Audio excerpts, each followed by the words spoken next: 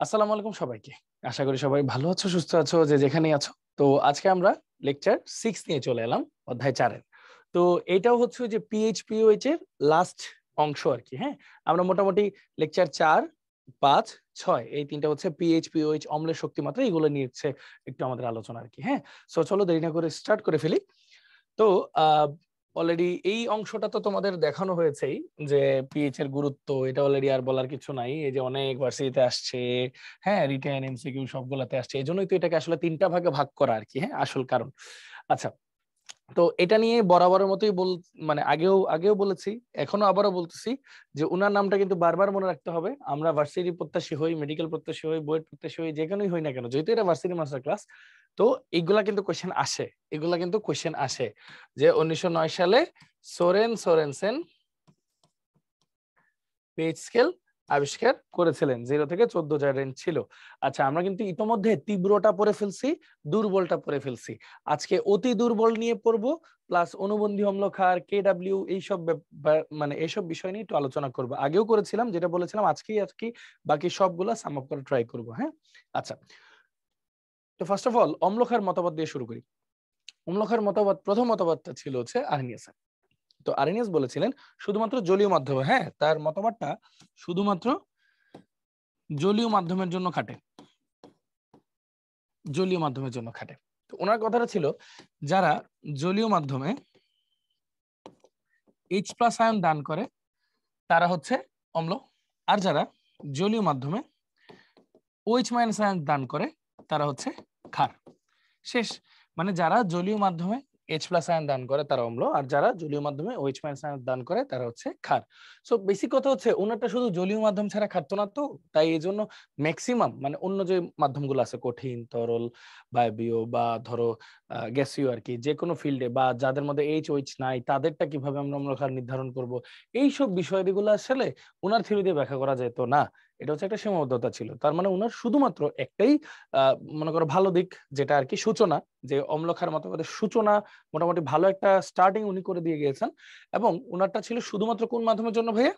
জলীয় মাধ্যমের জন্য। তো এই বিষয়টা যেন আমরা মাথায় রাখি, ওনারটা শুধু জলীয় মাধ্যমের জন্য প্রযোজ্য। তার মানে যে H+ দেয় সে হচ্ছে অ্যাসিড বা অম্ল, আর যে OH- দেয় সে হচ্ছে ক্ষার বা বেস। ঠিক আছে, এরকম এই জিনিসটা আমাদের একটু মাথায় রাখতে হবে। ওকে, দেন অম্লক্ষার মতবাদ, ব্রনস্টাড-লাউরির অম্লক্ষার মতবাদটা আমাদের দেখতে হবে। এটা মোটামুটি তিনটা মাধ্যমেই খাটবে। এটা সলিড, লিকুইড মানে অ্যাকুয়াস, গ্যাস, এই সব মাধ্যমেই খাটবে আর কি। হ্যাঁ, কঠিন, তরল, বায়বীয় সব মাধ্যমে খাটবে। আচ্ছা, তাহলে এটা গেল মাধ্যম।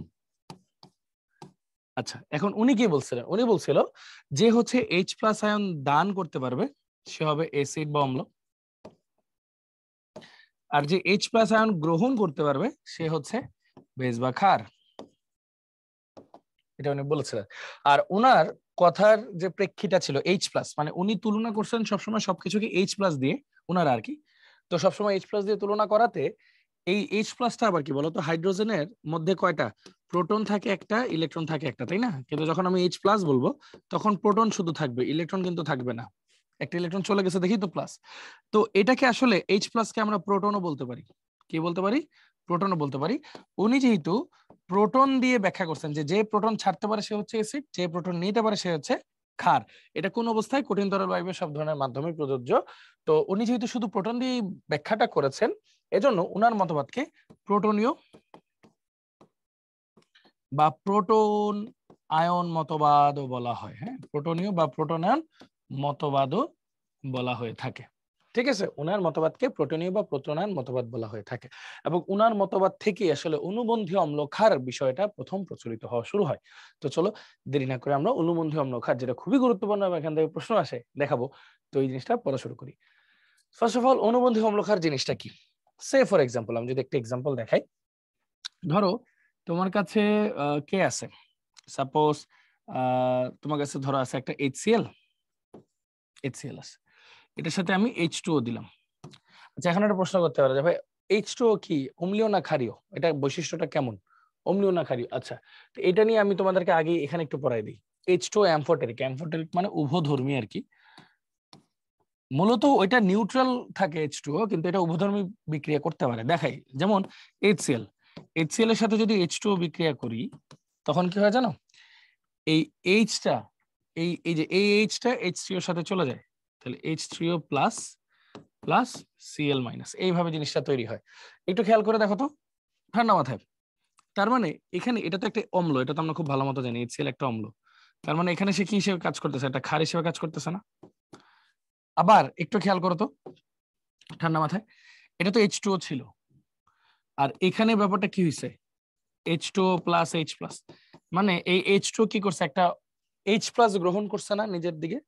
তার মানে ও H প্লাস যেহেতু গ্রহণ করছে, মানে H2O যেহেতু একটা H প্লাস গ্রহণ করছে, যে H প্লাস গ্রহণ করে সে কি হয়, ক্ষার, এর জন্য সে একটা ক্ষার। শেষ। আচ্ছা আচ্ছা, এইটুক মোটামুটি আমরা দেখলাম। এরপর আরেকটা যদি এক্সাম্পল আমরা একটু খেয়াল করি, ধরো আমার কাছে আছে হচ্ছে সে ফর এক্সাম্পল অ্যামোনিয়া।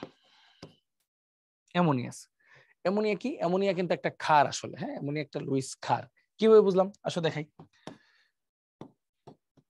এখানে ব্যাপারটা হয়েছে কি, এই H2O থেকে একটা H ওর কাছে চলে যাবে, তৈরি করবে অ্যামোনিয়াম প্লাস আর OH মাইনাস। তো ব্যাপারটা হলো দেখো তো, তাহলে এইখানে আসলে হয়েছেটা কি, এইখানে আসলে হয়েছেটা কি, অ্যামোনিয়ার সাথে একটা H প্লাস যোগ হয়েছে না? তাহলে যে একটা H প্লাস গ্রহণ করে সে কি হয়, ক্ষার। তার মানে ও কি একটা ক্ষার, তাহলে H2O কি হিসেবে কাজ করতেছে, অ্যাসিড। ব্যাপারটা কি বুঝতে পারছি? ও হচ্ছে একটা ক্ষার, ও হচ্ছে একটা অ্যাসিড, এরকম ভাবে কিন্তু জিনিসটা কাজ করছে। ক্লিয়ার? আচ্ছা, তার মানে H2O কিন্তু বোথ অ্যাসিড এবং ক্ষার দুইটা হিসেবে কাজ করতে পারে। এর জন্য H2O কে আমরা কি বলতে পারি, উভধর্মী বলতে পারি। এর জন্য H2O কে আমরা কি বলতে পারি, উভধর্মী বলতে পারি। আচ্ছা, এবার তাহলে অনুবন্ধী অম্ল ক্ষারের কনসেপ্টটায় চলে আসি, চলো। আচ্ছা দেখো, HCl নিলাম, H2O তৈরি হলো। H2O থেকে তোমার আমি কি দিলাম, সাপোজ, আচ্ছা একটু আগে তো আমাদের প্রমাণ হলো যে HCl টা হচ্ছে একটা অম্ল আর NH3 হচ্ছে একটা ক্ষার, তাই না? এটা একটু আগে আমরা পড়লাম নস্টেড-লাউরি অনুযায়ী। হ্যাঁ, H প্লাস নাই, H প্লাস দেয়। তো এই দুইটাকে যদি আমরা একটু লিখি এভাবে, NH3 প্লাস HCl কি তৈরি হবে, NH4 plus plus Cl minus, তাই না? খেয়াল করে দেখো তো, এই NH4 প্লাসটা কি হইলো, অ্যামোনিয়ার সাথে যখন একটা H প্লাস যোগ হয় তখন এটা কি হয়ে গেছে, অ্যামোনিয়াম প্লাস। তার মানে এটা কিন্তু একটা ক্ষার, কারণ কি ও একটা H প্লাস গ্রহণ করে। আর এই ক্লোরাইড মাইনাসটা কিভাবে হইলো, একটা HCl থেকে একটা H প্লাস বিয়োগ হয়েছে, মানে ও ছেড়ে দিছে। আর যে H প্লাস ছেড়ে দেয় সে কি, অ্যাসিড। তাহলে এটা একটা অ্যাসিড বা অম্ল। তাহলে এই দুজনের বৈশিষ্ট্যটা কেমন সেটা আগে একটু চলো খেয়াল করি। চলো এবার অ্যামোনিয়ামটাকে আমরা একটু ভেঙে লিখি। অ্যামোনিয়ামটাকে যদি ভাঙি, ও কি তৈরি করবে, অ্যামোনিয়া প্লাস H প্লাস। মানে অ্যামোনিয়াম কি করতে পারে, একটা H প্লাস দান করতে পারে না? তার মানে ও কি হিসেবে কাজ করতেছে, অম্ল। অ্যামোনিয়ামটা কি হিসেবে কাজ করতেছে, অম্ল। আবার ক্লোরাইড মাইনাসের ক্ষেত্রে আসো, ও কি করতে পারে, একটা H প্লাস গ্রহণ করতে পারে না? ও একটা H প্লাস গ্রহণ করতে পারে, যে একটা H প্লাস গ্রহণ করতে পারে সে কি হয়, একটা ক্ষার। বুঝি? আচ্ছা, এইবার আমাদের কাজ শেষ। দেখো এটা ভাইয়া কি লিখলাম, এটা একটা অম্ল লিখলাম, অম্ল। এটাকে লিখলাম একটা অম্ল, আর এটাকে লিখলাম একটা ক্ষার। খেয়াল করো তো, এই অম্লটা কার থেকে তৈরি হয়েছে, একটা ক্ষার থেকে না? একটা ক্ষার থেকে তৈরি হয়েছে না এই অম্লটা? উল্টা, অম্ল আর ক্ষারের চরিত্র কি, উল্টা। তাহলে যে অম্লটা একটা ক্ষার থেকে তৈরি হয় তাকে ওই ক্ষারের অনুবন্ধী, অনুবন্ধী মানে উল্টা, অনুবন্ধী অম্ল বলে। আবার এটা খেয়াল করে, এটা কার থেকে তৈরি হয়েছে, একটা অ্যাসিড থেকে না? কিন্তু এটা তো একটা ক্ষার। যে ক্ষারটা তার উল্টা বৈশিষ্ট্যের একটা অ্যাসিড থেকে তৈরি হয় তাকে অনুবন্ধী ক্ষার বলে। শেষ হয়ে গেল আমাদের অ্যান্সার। তাহলে অনুবন্ধী অম্ল ক্ষার সবসময় একসাথেই থাকবে। আর একটা বিষয়, অনুবন্ধী অম্ল কাকে বলে, যে অম্লটা তার বিপরীতধর্মী ক্ষার থেকে তৈরি হয় তাকে ওই ক্ষারের অনুবন্ধী অম্ল বলে। যে ক্ষারটা তার বিপরীতধর্মী অম্ল থেকে তৈরি হয় তাকে ওই অম্লের অনুবন্ধী ক্ষার বলে। শেষ। তাহলে অনুবন্ধী অম্ল ক্ষারের ব্যাপারটা আমরা বুঝে গেছি আশা করি, ঠিক আছে? অনুবন্ধী অম্ল ক্ষারের টপিকটা আশা করি বুঝে গেছি। আসলে কিন্তু এই জিনিসটা দিতে হবে মাস্ট, ওকে, পরীক্ষায়। আচ্ছা, তারপর আসি, এই দেখো ডিউতে যেটা বলতেছিলাম, এই বছর এই কোশ্চেনটা আসছে ডিউ 22 টেস্টে। অনুবন্ধী অ্যাসিড অনুবন্ধী ক্ষার কি, উদাহরণ সহ ব্যাখ্যা করো। উদাহরণটা কি মাত্র করাইছি ভাইয়া, NH3 প্লাস HCl, ভেঙে লিখবা অ্যামোনিয়াম প্লাস ক্লোরাইড মাইনাস। ধরো তোমার এইভাবে লিখতে ভালো লাগতেছে না, লেখো না, H2O দিয়ে একটা উদাহরণ দিতে চাও, চলো দেই। H2 নিয়ে একটা উদাহরণ, সে ফর এক্সাম্পল কাকে HCl নিলা প্লাস H2O নিলা, কি তৈরি হয় HCl থেকে হয় Cl মাইনাস, আর একটা H ওর কাছে চলে যায় H3O প্লাস। তো আমরা খুব ভালো মতো জানতেছি এখানে হয় কি অত অম্ল, ও এখানে কি হিসেবে কাজ করতেছে ক্ষার। কেন? কারণ দেখো HCl থেকে একটা H বিয়োগ হর, HCl একটা H ছাড়ার পর ক্লোরিন তৈরি হচ্ছে, তাই না? তার মানে HCl একটা H ছাড়তে পারে, তার মানে HCl কি অ্যাসিড। আবার এখানে H2O একটা H প্লাস গ্রহণ করে তারপর H3O প্লাস হয়েছে, তার মানে H2O H প্লাস গ্রহণ করছে। ব্রোনসের লাউরি থিওরি অনুযায়ী যে H প্লাস গ্রহণ করে সে হয় ক্ষার, তার মানে H2O একটা ক্ষার। আবার খেয়াল করো ক্লোরাইড মাইনাস কি করবে, একটা H প্লাস গ্রহণ করতে পারবে, যে H প্লাস গ্রহণ করতে পারে সে কি হয়, সে হয় ক্ষার। যে H প্লাস গ্রহণ করতে পারে। আবার H3O প্লাস এর কথা চিন্তা করো, ও কি করবে H2O প্লাস H প্লাস, ও একটা H প্লাস ত্যাগ করতে পারে, যে H প্লাস ত্যাগ করতে পারে সে কি হয় অম্ল। তার মানে খেয়াল করো এটা একটা অম্ল, এটা একটা ক্ষার। কিন্তু মজার বিষয় হচ্ছে, দেখো মজার বিষয় হচ্ছে যে এই ক্ষারটা কার থেকে তৈরি হচ্ছে, একটা অম্ল থেকে না, দুইটা উল্টা বৈশিষ্ট্য। এই জন্য এই ক্ষারকে বলবো এই অম্লের অনুবন্ধী ক্ষার, অনুবন্ধী বা উল্টা অনুবন্ধী ক্ষার। আর এই অম্লকে বলবো কি, ও একটা ক্ষার থেকে তৈরি হয়েছে, এই জন্য এই অম্লকে বলবো ওই ক্ষারের অনুবন্ধী অম্ল, উল্টা এটাকে বলবো অনুবন্ধী অম্ল। শেষ। তুমি যে কোনো এক্সাম্পল দিয়ে সুন্দর মতো এটা লিখে ফেলতে পারবা, কোনো সমস্যা নেই। তাহলে এই তিনটা বিক্রিয়া লিখলে কিন্তু আসলে তোমাদের কাজ শেষ। ওকে, আচ্ছা তারপর দেখো আমরা যদি একটু সামনের দিকে আগাই, H2M40 এটা আমরা পড়ে ফেললাম। এবার আসি Ka Kb Kw, এই জিনিসটা একটু পড়তে হবে। তো চলো এই জিনিসটা যদি পড়তে হয় আমরা চলো একটা বিক্রিয়া দেখি আগে। এতক্ষণ তো HCl নিয়ে পড়লাম, এবার অ্যামোনিয়া নিয়ে পড়ি। অ্যামোনিয়া প্লাস H2O, তাহলে কি হলো ammonium plus plus OH minus, এরকম থাকলো। খেয়াল করো মনোযোগ দিয়ে, হ্যাঁ ছোটখাটো করে কয়েকটা কথা লিখি। অ্যামোনিয়া তো একটা ক্ষার, ক্ষার, তাহলে H2O একটা অম্ল হিসাবে কাজ করবে। কিভাবে দেখো, অ্যামোনিয়া একটা H প্লাস গ্রহণ করছিল, তাহলেই তো হয়েছিল অ্যামোনিয়াম প্লাস, আর যে H প্লাস গ্রহণ করে সে হয় ক্ষার। আবার H2O থেকে একটা H বিয়োগ হয়েছে, তাহলেই তো হয়েছে OH, যে H প্লাস বিয়োগ করা মানে কি H প্লাস ত্যাগ করে ফেলছি, তার মানে সে তো একটা অম্ল। শেষ। আবার দেখো এই OH-টা কি করতে পারে, OH-টা চাইলে একটা H প্লাস গ্রহণ করে পানি তৈরি করতে পারে, তাহলে যে H প্লাস গ্রহণ করতে পারে সে কি হয় ক্ষার। এই দেখো এটাকে লিখতে পারবো ক্ষার। আর যে অ্যামোনিয়া প্লাস, যে হচ্ছে একটা H প্লাস ত্যাগ করতে পারে সে কি হয় ভাইয়া, যে H প্লাস ত্যাগ করা ছেড়ে দিছে, তার মানে সে কি হয় অম্ল। তাহলে এটা হইলো একটা অম্ল। আবার আমরা কি পড়ছি, আবার আমরা পড়ছি যে অম্লটা একটা ক্ষার থেকে তৈরি হয় তাকে ওই ক্ষারের অনুবন্ধী অম্ল বলে। আবার যে ক্ষারটা একটা অম্ল থেকে তৈরি হয় তাকে ওই অম্লের অনুবন্ধী ক্ষার বলে, অনুবন্ধী ক্ষার বলে। ওকে, এটা আমরা লিখে ফেললাম আপাতত। এখন এটাকে একটু ঘুরাই দিই, বিক্রিয়াটাকে ঘুরাই লেখার চেষ্টা করি। আসো খেয়াল করো, তাহলে এটা কিন্তু যাই আছে আপাতত দেখতেই পাচ্ছ তোমাদের চোখের সামনে যেটাই আছে। এখন আমরা H2O টাকে আপাতত তো নিউট্রাল ধরে নিই, H2O এর পাওয়ার তো সবচেয়ে কম থাকে, নিউট্রাল। তাহলে এখানে মেইন পাওয়ারটা কার, এই ক্ষারের। তাহলে এই ক্ষারের জন্য আমরা যে বিয়োজন ধ্রুবক পাবো এটা কি ক্ষার বিয়োজন ধ্রুবক বা কেবি পাবো। তাহলে কেবি কি পাচ্ছি, চলো আমরা একটু হিসাব করি। অ্যামোনিয়াম OH মাইনাস যে উৎপাদ বায়ু বিক্রিয়ক, তাই না, NH3H2 পাইলাম। এবার আসি আরেকটা বিক্রিয়া লিখবো। এখন লিখবো হচ্ছে ধরো অ্যামোনিয়ামেরটা ঘুরাই দিলাম বিক্রিয়া, অ্যামোনিয়াম প্লাস H2। আবার এখন কি হবে, অ্যামোনিয়াম কি করবে একটা H ওকে দিয়ে দিবে, তাহলে হবে H3O প্লাস প্লাস NH3। ব্যাপারটা কি হইলো আসলে, চলো একটু দেখি ব্যাপারটা কি হইলো। দেখো অ্যামোনিয়াম প্লাস না, মানে ও কি করতেছে অ্যামোনিয়াম থেকে একটা H বাদ হইছে, তাহলে অ্যামোনিয়াম একটা হাইড্রোজেন ত্যাগ করতে পারে, তার মানে সে কি হয় অ্যাসিড, তার মানে ও অম্ল হিসেবে কাজ করতেছে। আবার H2O টা কি করতেছে, H2O-টা একটা H প্লাস গ্রহণ করছে, যে H প্লাস নাই সে কি হয় ক্ষার। ঠিক আছে, যে H প্লাস গ্রহণ করে সে হয় ক্ষার। আচ্ছা এরপর আরেকটা ইস্যু আছে, ইস্যুটা হলো H3O।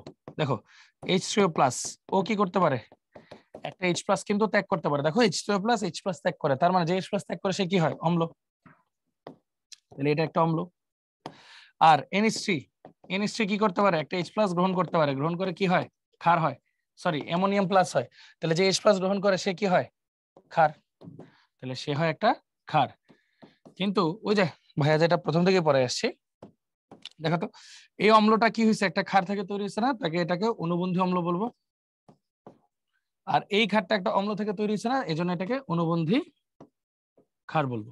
আর H2O যেহেতু নিউট্রাল এখানে, সো আমরা আসলে কি হিসেবে লিখতে পারি? নিউট্রাল হিসেবে ধরা হয়। H2O সবার সাথে যেহেতু বিক্রিয়া করে উভধর্মী আর কি। মেইন পর এখানে অম্লের, তাহলে এখানে যে বিয়োজন মাত্রা পাবো সেটা Ka পাবো। কে এটা কি পাচ্ছি দেখো, H3O প্লাস, তারপর থাকতেছে হচ্ছে অ্যামোনিয়ার ঘনমাত্রা divide by NH4 plus H2O। দেখো NH4 প্লাস H2O উৎপাদ বাই বিক্রিয়ক লিখলাম। আচ্ছা, উৎপাদ বাই বিক্রিয়ক। এখন একটা পেজ নেই আমরা, ওকে হ্যাঁ একটা পেজ নেই।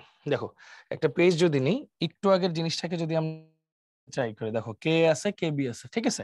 তাহলে চলো আমরা আবার একটু লিখি, কে ইন্টু কেবি যদি করি আমরা, হ্যাঁ চলো কে এটাকে লিখি H3O plus ammonia, ammonium H2O, H3O plus ammonia, ammonium H2O into কেবিটাকে যদি আমরা লিখতে যাই ammonium OH, ammonia H2O, ammonium OH,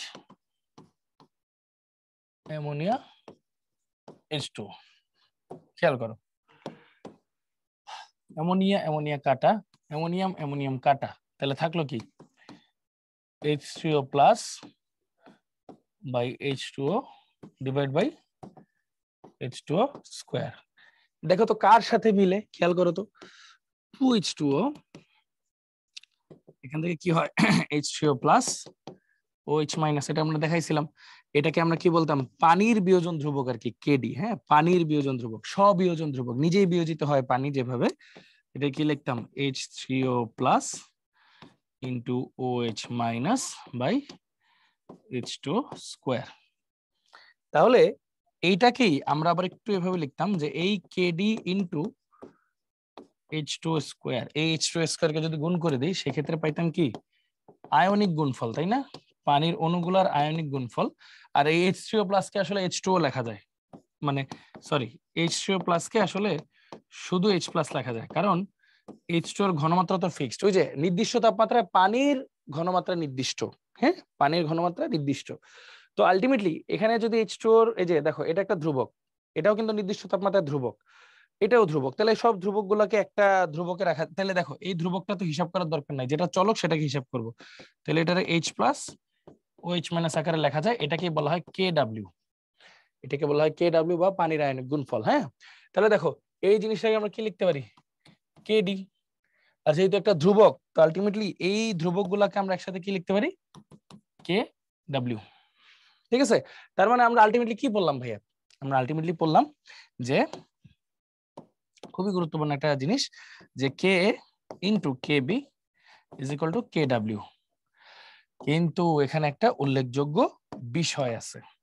বিষয়টা কি ভাইয়া? বিষয়টা হচ্ছে, খেয়াল করছো কি, এটা ক্ষার ছিল এটা অম্ল ছিল, দুইটা একটা একটার অনুবন্ধী না, একটা একটার অনুবন্ধী। কিন্তু খেয়াল করো আমি কিন্তু দুইটা অনুবন্ধী নিয়ে কাজ করছি, তার মানে এই Ka Kb যেটা থাকবে তাদের অবশ্যই একে অপরের অনুবন্ধী হইতে হবে। হ্যাঁ অনুবন্ধী অম্লক্ষার যুগলের ক্ষেত্রেই শুধুমাত্র এই সূত্র সম্ভব। তার মানে এটা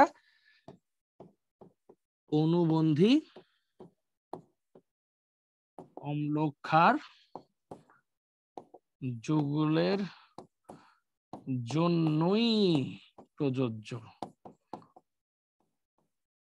বা শুধুমাত্র লিখে দিই, হ্যাঁ শুধুমাত্র অনুবন্ধী অম্লক্ষার যুগলের জন্যই প্রযোজ্য, মানে এই অ্যাসিড হইলে এই ক্ষারটা হবে তার অনুবন্ধী ক্ষার, এজন্য দুইটার যোগ করলে আমরা পাবো KW। এজন্যই বারবার বলছি, যার ওই যে অ্যাসিড শক্তিশালী হয় তার কনজুগেট বেস অনুবন্ধী ক্ষার দুর্বল হয়।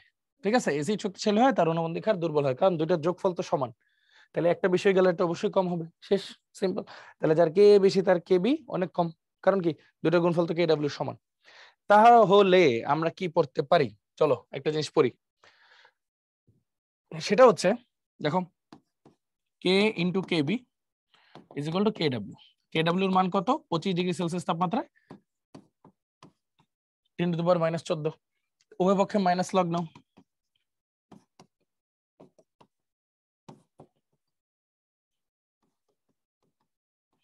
তাহলে দেখো লগ এ বি সূত্র কি, log A plus log B, এটা আসে 14 মাইনাস লগ অফ কে মানে কি P K, minus log of K B মানে কি P K B is equal to 14। এটাই তো আবার পি কে ডাব্লিউর সমান আর কি, তাই না? আবার পি কে ডাব্লিউ মানে কি পিওএইচ প্লাস পিএইচ। তার মানে আমরা কিন্তু মোটামুটি এই জিনিসপত্রগুলো বুঝে গেলাম যে pH plus pOH equal to pK plus pKb is equal to 14 equal to pK W. তো বারবার দুইটা কথা বারবার লিখলাম বোঝানোর জন্য আর কি। হ্যাঁ, সো মোটামুটি আশা করি আমরা এই জিনিসটা সবাই বুঝতে পারছি। ওকে, তো কে এ আর কে বিটা অবশ্যই কি হইতে হবে, একে অপরের অনুবন্ধী যুগল হতেই হবে। নোট অ্যাগেইন, কে এবং কে বি অবশ্যই অনুবন্ধী অম্ল ক্ষার যুগল হতেই হবে। মানে র্যান্ডমলি একটা অ্যাসিড আর র্যান্ডমলি একটা ক্ষার নিয়ে দুইটার কে কে বি গুণ করলে কখনোই কে ডাব্লিউ সমান হবে না। হ্যাঁ, অনুবন্ধী অম্ল ক্ষার হইতে হবে মাস্ট। দেখাই দিলাম, শেষ। ওকে, দেন চলো একটু সামনের দিকে আগাই। অম্ল ক্ষার মতবাদ, লুইস মতবাদ। আচ্ছা, লুইস মতবাদ কাদের জন্য খাটে আমি বলি। কিছু কিছু অম্ল ক্ষার আছে যেগুলাকে আসলে H প্লাস OH মাইনাস দিয়ে তুলনা করা যায় না, তাদের ক্ষেত্রে আসলে লুইসটা ব্যাখ্যা করা যায়। এটা বিভিন্ন লবণের ক্ষেত্রে বিশেষ করে প্রযোজ্য, বা যাদের মুক্তজোর আছে তাদের জন্য প্রযোজ্য, এরকম আর কি বিষয়টা। হ্যাঁ, তো একটু ঠান্ডা মাথায় একটা জিনিস পড়ি চলো। জারণ বিজারণ, দেখো জারণ মানে কিন্তু ইলেকট্রন ছাড়ন, বিজারণ মানে ইলেকট্রন গ্রহণ। ইলেকট্রন ছাড়লে কি হয়, ইলেকট্রন ছাড়াটা কে আসলে, ধাতু। ইলেকট্রন গ্রহণ করা কে, অধাতু। ধাতু কি গঠন করে বলতো, এই যে সোডিয়াম একটা ধাতু, কি গঠন করে, সোডিয়াম হাইড্রোক্সাইড মানে ক্ষার। আর অধাতু কি গঠন করে, তাহলে অ্যাসিড।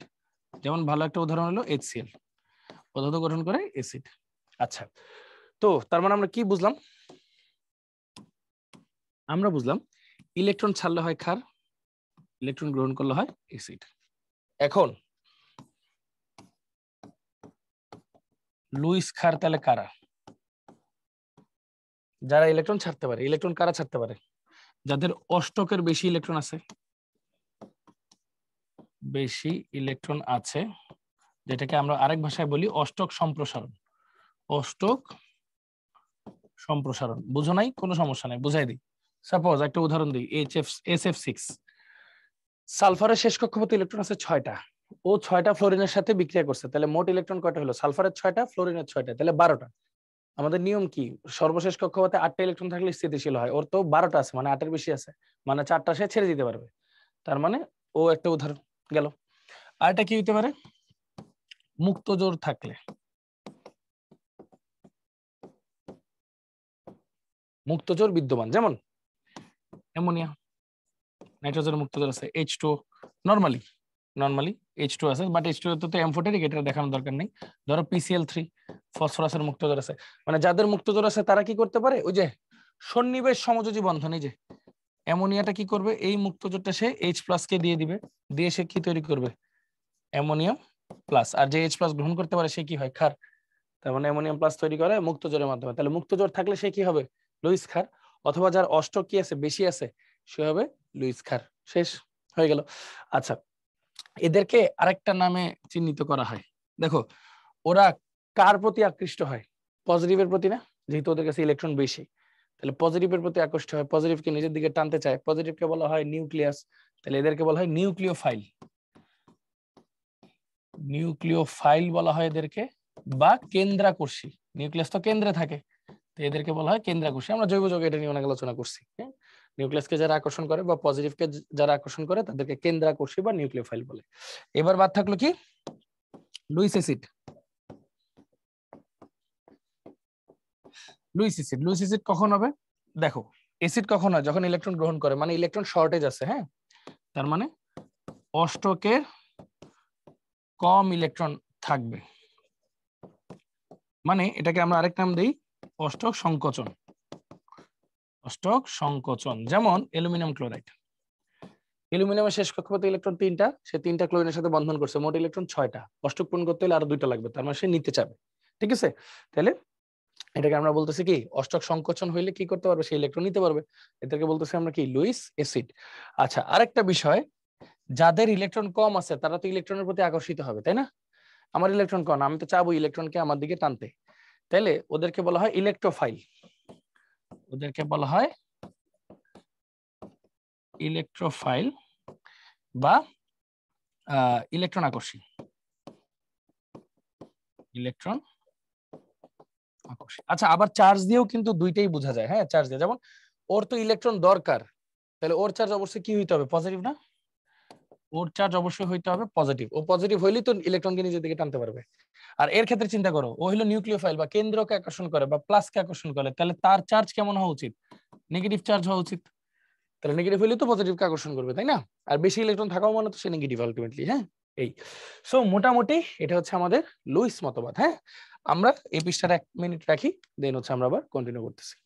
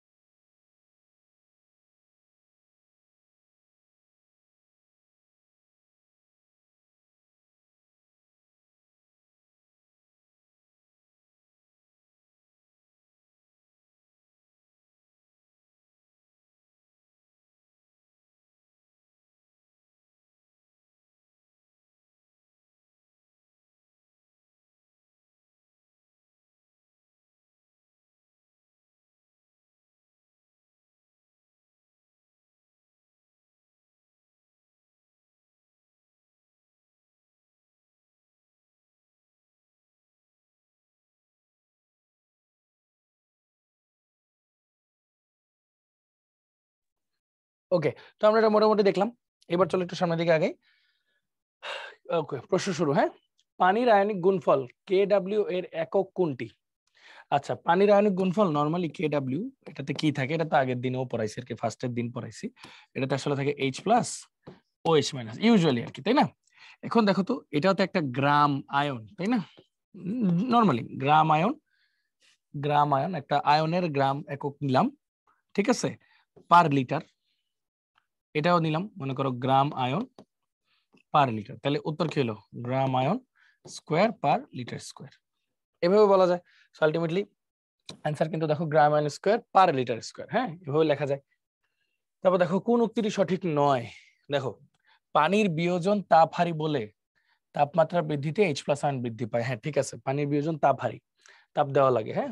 আচ্ছা, আর যত আমি তাপমাত্রা বৃদ্ধি করব বিক্রিয়া সামনের দিকে যাবে, যেহেতু তাপহারী, তাহলে কি হবে, H প্লাস বাড়তে থাকবে। যেমন দেখো H2, নরমালি H2 দিয়ে দেখাই তাহলে আর ভালো বুঝবা, H প্লাস OH মাইনাস, এটা কিন্তু একটা ডেল H পজিটিভ কিন্তু এটা, হ্যাঁ। তাহলে তাপহারী বিক্রিয়া হওয়াতে কি হয়, নিয়ম কি, তাপ যত বাড়াবো বিক্রিয়া তত সামনে যাবে, সামনে যাওয়া মানে H প্লাস বাড়তে থাকবে, এটা ঠিক আছে। পিএইচ এর মান H প্লাস আয়নের ঘনমাত্রার ব্যস্তানুপাতিক, পিএইচ এর মান H প্লাস আয়নের ঘনমাত্রার ব্যস্তানুপাতিক, এটা কিন্তু সত্য, কিভাবে দেখো, pH equal to minus log of H, তো মাইনাস মানে কি আসলে, এটা 1 মাইনাস, সরি 1 তো না, এটা লেখা যায় 0 মাইনাস লগ অফ H, এরকম আর কি। আর 0 মানে কি, লগ 1 এর মান 0, আর log a minus log b সূত্র কি, লগ a বাই b, এই আর কি। H এর সাথে সম্পর্ক কি, ব্যস্তানুপাতিক, ব্যস্তানুপাতিক, ঠিক আছে। ফুটন্ত পানির পিএইচ এর মান এত, ফুটন্ত পানির পিএইচ এর মান এত। আচ্ছা, একটা বিষয় বলি, এটা তো তাপহারী বিক্রিয়া, তাই না ভাইয়া, তাপহারী বিক্রিয়া, তো তাপমাত্রা আমি যত বাড়াবো হাইড্রোজেন আয়নের ঘনমান তত বেশি বিয়োজিত হবে, আর যত বেশি বিয়োজন হবে, দেখো KW ইকুয়াল টু কি, H প্লাস OH মাইনাস, তো H প্লাস আর OH মাইনাস যত বাড়বে KW এর মানও কি হবে, তত বাড়বে, তার মানে তাপমাত্রা বাড়ালে KW ভ্যালু কি হবে, তত বাড়তে থাকবে। আচ্ছা, চিন্তা করে দেখো তো ভাইয়া, H প্লাস বাড়তেছে, জাস্ট এমনি চিন্তা করো, KW বাড়লে H প্লাস বাড়ে, তাহলে H প্লাসও বাড়তেছে, H প্লাস বাড়া মানে কি, পিএইচ কমতেছে না, H প্লাস বাড়া মানে পিএইচ কমতেছে, সো ফুটন্ত পানির পিএইচ এর মান 7 এর কম, ঠিক আছে, ফাইন। কিন্তু ফুটন্ত পানির পিএইচ এর মান 7 এর বেশি, এটা কি ঠিক আছে, ঠিক নাই কিন্তু। নরমালি পিএইচ এর মান কত হয় নিউট্রাল অবস্থায়? পানির পিএইচ কত? নিউট্রাল 7, তাহলে পিএইচ হয় 7। তাহলে পানি ফুটাইছি মানে টেম্পারেচার বাড়াইছি, টেম্পারেচার বাড়ালে কি হবে? পিএইচ কমবে, 7 এর কম হওয়া উচিত, এখানে 7 এর বেশি, তার মানে এটাই ভুল, তার মানে সঠিক নয় হচ্ছে ডি। ঠিক আছে, সঠিক নয় হচ্ছে ডি। বিশুদ্ধ পানিতে H+ অথবা OH আয়নের ঘনমাত্রা কত? আগে দিনই পড়াইছি, H+ আয়ন আর OH- আয়নের ঘনমাত্রা হচ্ছে সমান 10⁻⁷ মোল পার লিটার, এভাবে লেখা যায় 10⁻⁷ মোল পার লিটার। ঠিক আছে, দুইটার ঘনমাত্রা সমান। আচ্ছা, নিচের কোনটি সত্য নয়? আচ্ছা, টেকনিক্যালি একটা কথা বলি, KW এর ক্ষেত্রে ভাইয়া কিন্তু দেখাইছিলাম, KW আসলে কি? KD into H2²। এখন KD-টা কি ছিল আবার? KD-টা ছিল হচ্ছে তোমার H+ OH- divide by H2²। হ্যাঁ, এইভাবে কিন্তু আমরা চাইলে লিখতে পারি। হ্যাঁ, এখন একটু খেয়াল করে দেখো, যদি আমি ওভারঅল KW কে আমরা যদি এভাবে লিখতে পারি, বা পানির ধ্রুবক, এটাও কেটে দিই, জাস্ট আমি কেডির কথা একটু লিখি, কেডি কি আমরা KW ধরে নিই আর কি সবসময়। তাহলে দেখো, ইউজুয়ালি যদি চিন্তা করি কেডির ক্ষেত্রে যেহেতু ধ্রুবক, এটাও ঘনমাত্রা এটাও ঘনমাত্রা, স্কোয়ার হয়ে গেল, এটাও ঘনমাত্রা স্কোয়ার, আলটিমেটলি ঘনমাত্রা কিন্তু কোনো একক থাকতেছে না এখানে। ঠিক আছে, টেকনিক্যালি কিন্তু থাকে না, যেহেতু টেকনিক্যালি কোনো একক এখানে থাকতেছে না, সো আলটিমেটলি এটা ঠিক আছে, একক নাই, এটাও ঠিক আছে KW, PKW 14, এটাও ঠিক আছে, বাট এটা কিন্তু ঠিক নেই।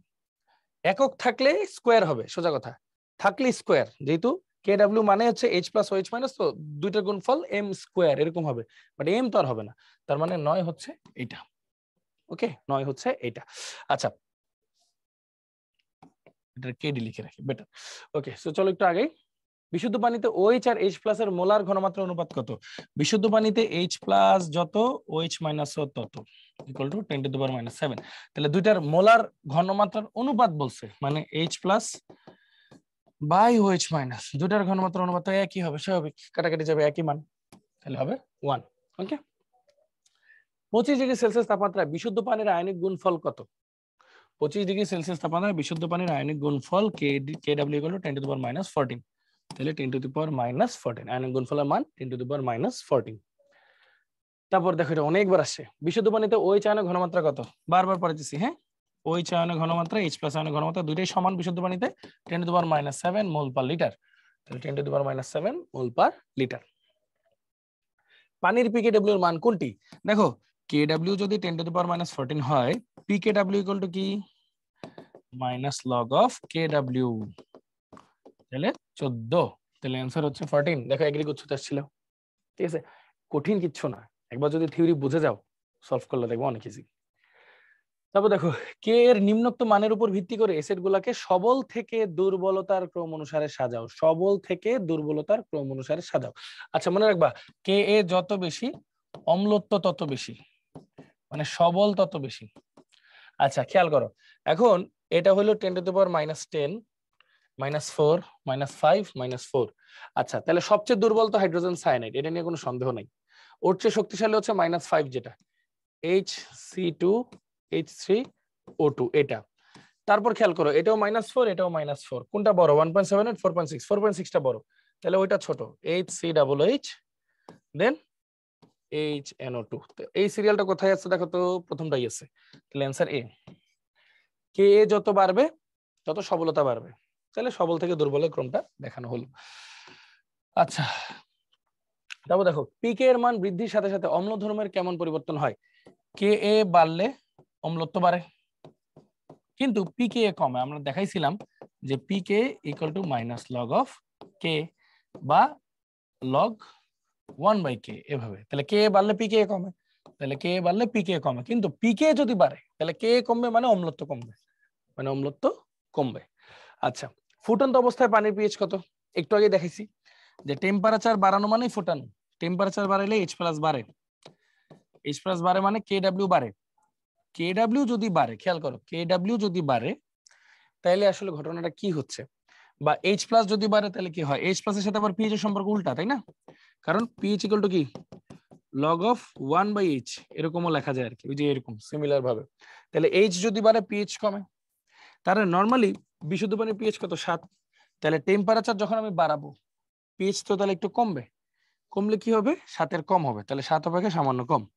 ফুটন্ত অবস্থায় পানির পিএইচ 7 অপেক্ষা সামান্য কম। আচ্ছা, পানির বিয়োজনের ক্ষেত্রে স্ববিয়োজন ধ্রুবক কেডি এবং আয়নিক গুণফল কেডব্লিউ এর রাশিমালা লেখো। দেখো ডিও তো একদম রিসেন্টলি আসছিল, খুব সিম্পল, 2H2O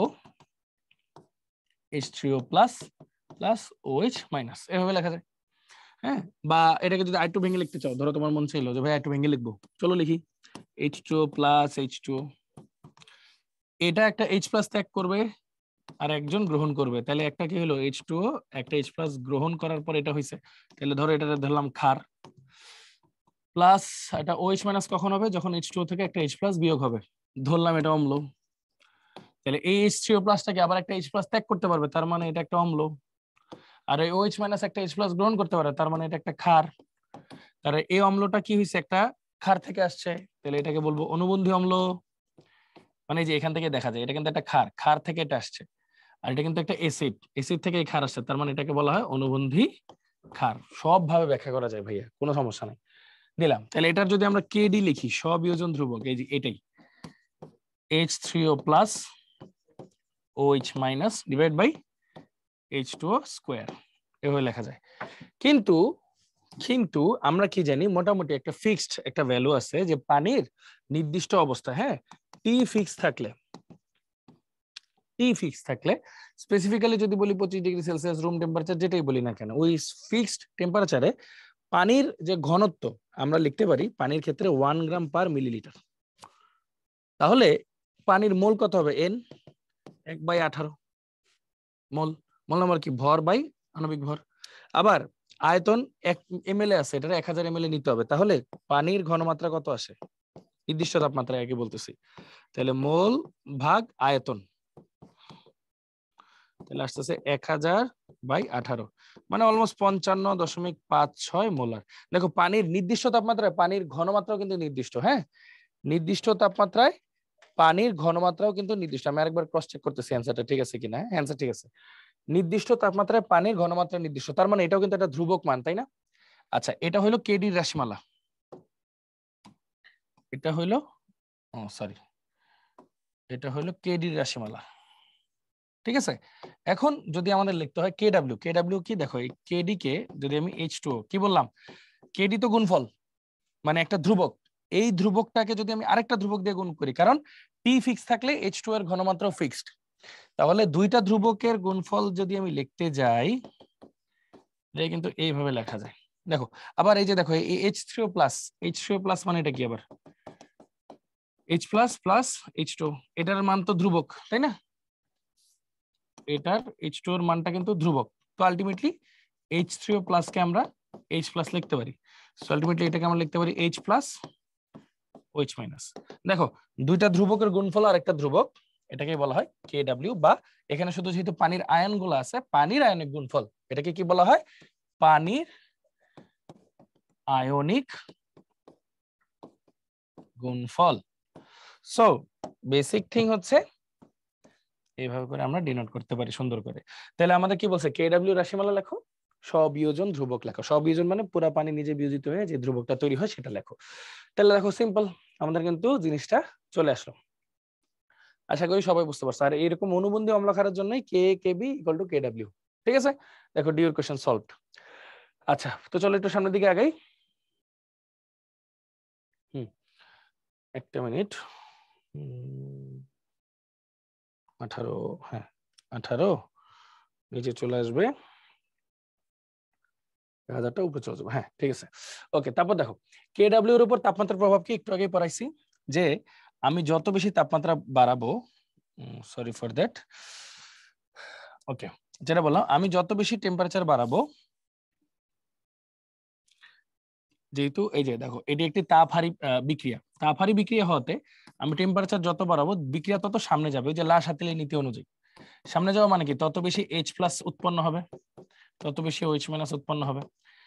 আর KW মানে কি, আমরা একটু আগে বললাম H প্লাস আর OH মাইনাস এর ঘনমাত্রা গুণফলের সমান, তাহলে এই দুইটার ঘনমাত্রা গুণফল বাড়া মানে কি, KW বাড়তে থাকবে টেম্পারেচার বাড়ার সাথে সাথে, শেষ। তাহলে KW উপর তাপমাত্রার প্রভাব কি, বাড়তে থাকবে, হয়ে গেল অ্যান্সার। আচ্ছা, পিএইচ অতি দুর্বল হইলে আমরা কিভাবে হিসাব করব, অতি দুর্বল মানে কি, সাপোজ একটা एग्जांपल দেখাই, ধরো 0.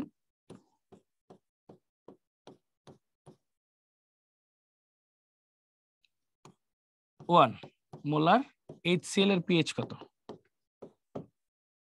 তুমি যদি গতানুগতিক উপায়ে পিএইচটা বের করতে যাও তখন কি আসবে দেখো, এটার দশমিকের উপর কয়টা ঘর আছে? শর্টকাট তো আমরা শিখছি তাই না? 1 2 3 4 5 6 7 8 9 মাইনাস লাস্ট সংখ্যাটা log 1 log 1 0, তাহলে পিএইচ 9। কিন্তু ভাই পিএইচ 9 তো 7 এর বেশি হয়ে গেল না? তার মানে এটা তো ক্ষারীয় হয়ে গেল, ক্ষারীয় হয়ে গেল। তার মানে এটা কি হয়েছে? ভুল হয়েছে। HCl তো একটা অ্যাসিড, এটা কি ক্ষার হইতে পারবে? হইতে পারবে না। তাহলে ঘটনাটা হয়েছে কি আসলে ভাই? বুঝি ঠান্ডা মাথায়। এখানে যে ঘটনাটা হয়েছে, আমরা কিন্তু আসলে শুধুমাত্র 100% পিওর অ্যাসিড বা 100% পিওর ক্ষারের পিএইচ বের করি না। আমরা কি করি?